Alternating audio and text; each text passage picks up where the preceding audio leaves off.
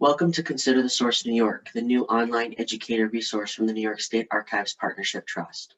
This resource allows you to browse our available historical records and learning activities and build your own learning activities.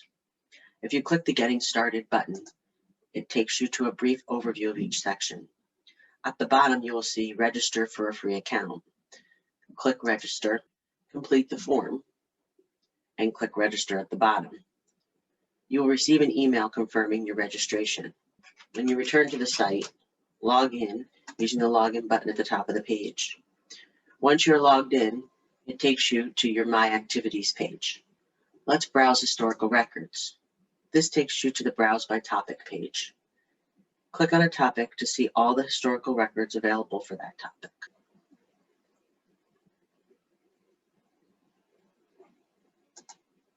Click on a document to see all the information related to that document and any learning activities associated with it. You can zoom in and zoom out. You can also create an activity with this document right from this page.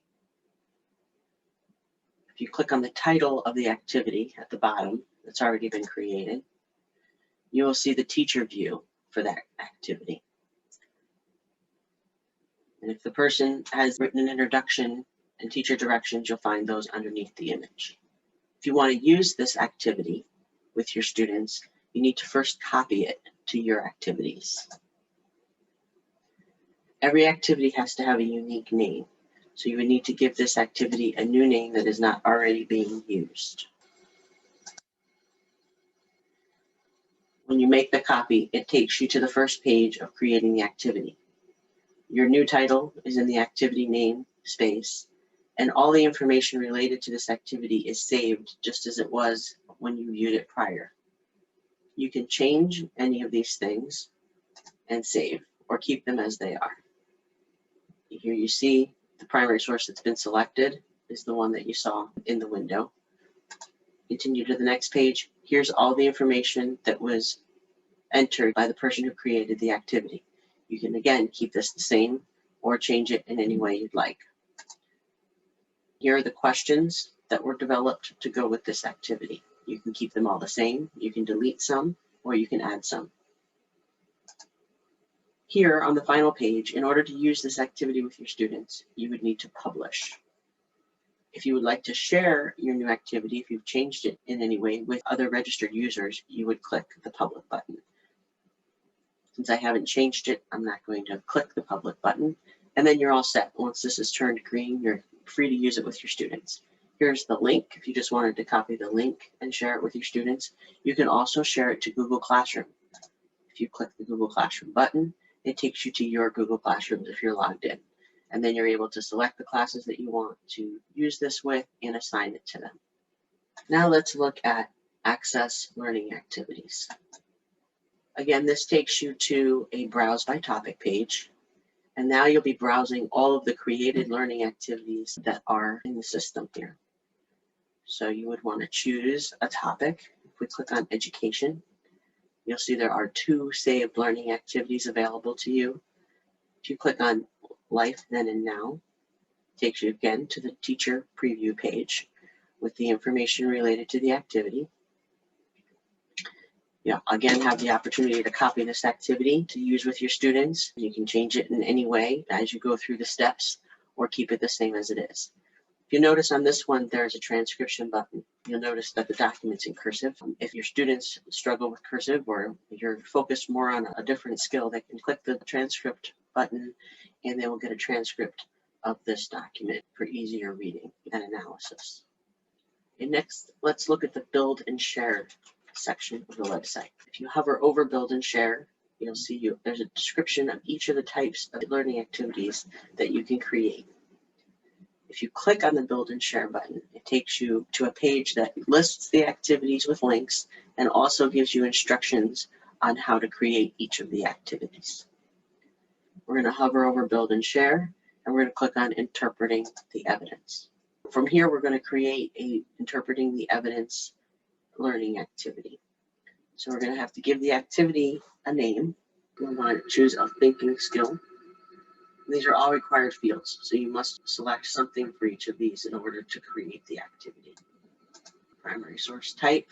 I'm using a political cartoon, and it can be used in middle school or high school. It's up to the discretion of the creator of the lesson. We're just going to click New York State and United States.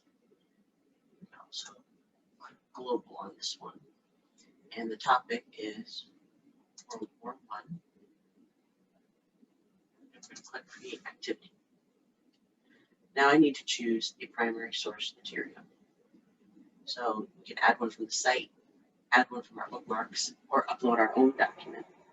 I'm going to choose one from the site. If you notice, it saves your prior search.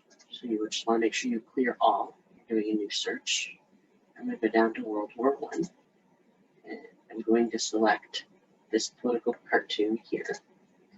And it brings me to the primary source page. Now again, there's still a button here to create an activity, but I've already said I wanted to create an activity, so I'm going to click this button up here, add this document to, and then it gives the title that I created for the learning activity.